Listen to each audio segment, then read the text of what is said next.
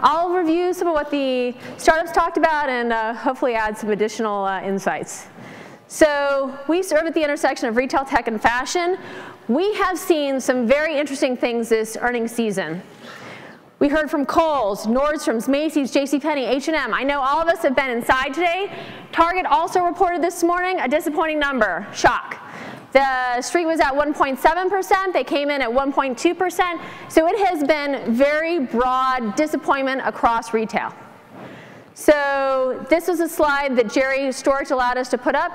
We're seeing very interesting things across retail. Most of these startups touched on it.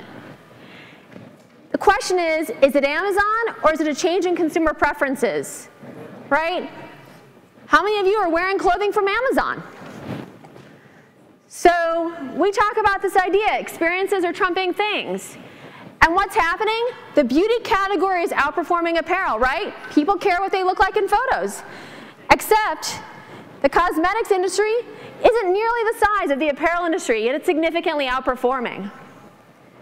So one of the things that we did as a Wall Street analyst is we tried to think about what and how to take this incredibly complex industry and break it down. And what we saw is that those in the middle were consistently being squeezed. And that's what's happened, right? Those who didn't define were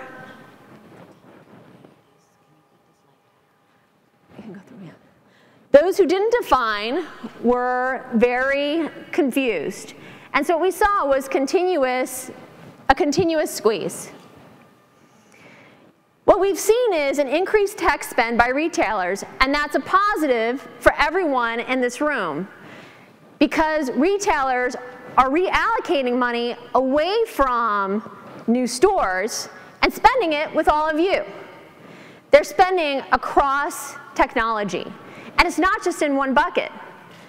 For all of those who presented today, if they can convince retailers, and I think there was a lot of convincing presentations, if they can convince them to spend with them, right, whether it's AR, AI, whether it's experiential retail, whether it's new models of retail, right, because we see a lot of partnerships, right? Who would think that Rent the Runway would be inside a traditional retailer? So, and just to remind you, this is how we've thought about the different buckets. So we have, ideally, mean buy, re-kindness inside the new retail models. Inside of experiential retail, we've got fitted solutions. We've got Shoppick and Cmagine. Inside of customer engagement, we have Scrounge, Cognalize, Shopography, and Everfave. And inside of all channel, we have Radius, Brickwork, Tuku, Reaction Commerce, and Quick. And inside of this new retail models, we have the online fashion barter community of re-kindness. And as we look at the new retail models, this idea of naming your price, I mean, this is what the consumer wants. They want to be in control, right? This is one of the reasons I think you've seen a lot of these new models pop up.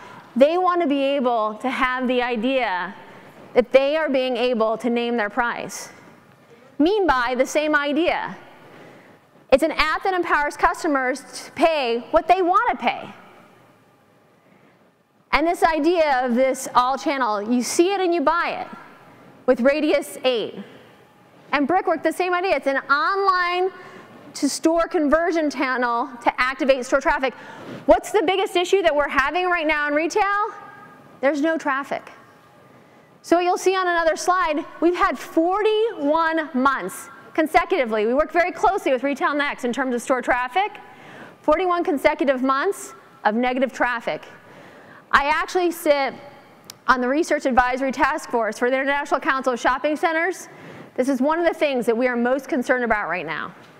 So I will tell you, for those of you who have a solution or who work in VC and who are able to help, so this goes back also to our experiential retail, if you can help drive traffic into retail, or if you can make it a better experience while the consumer is in there, this is something that the retailers are very concerned about. And think about it, they're not building new stores for the most part. So Tuku, it's a tap-to-learn in-store information tool. It goes back to, right, once they're in the store, it's a better experience. So this idea of in the all channel bucket, click and arrive, right? So data analytics that they're starting to share with the retailers.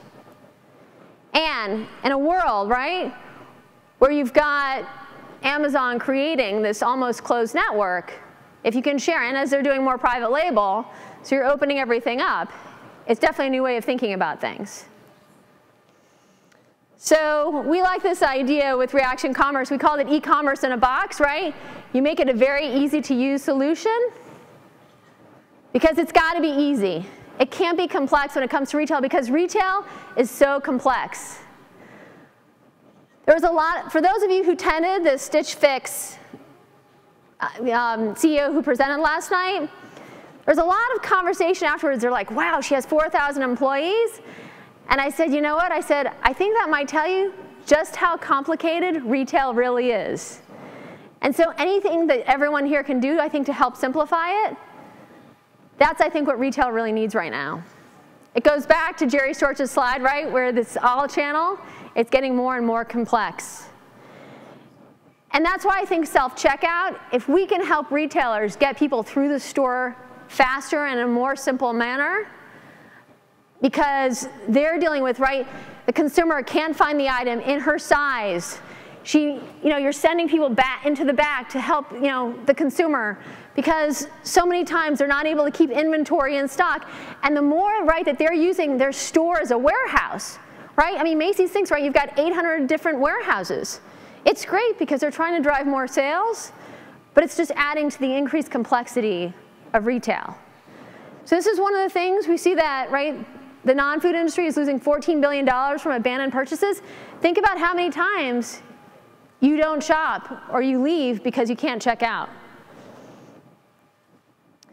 Augmented reality. We hear from, right, in my mind, anything you can do to make the shopping experience more fun and more exciting, this is what we need. And if it's AR or VR, I think that that's what we need. And going back to fit tech, I think the bottom bullet here is the one that we need to think about.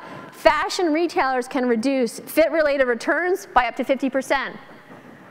Now, I'm not here to drill you, but 90% of dresses that are bought online are returned. That is an astounding number. So if you can reduce that, and if you think about the reverse logistics, that's significant. And so fitted solutions from a shoe perspective, if you can start to get that, and you can also start to increase sales. It's not about just reducing returns, but if the consumer knows that they can find their right size, that just starts to lead to a happier consumer. And gamification, right? People love to play games. So there's Scrounge for you. And on the AI side, we've got Cognize. So from an influencer marketplace, we talk to influencers all the time, bloggers, vloggers, influencers. This is the way, a lot of our CEOs that we know, they travel with their bloggers. This is how important we're seeing these influencers in this day and age. And on the Evangelize and Thrive side from Everfave, customers use this app to spread the word.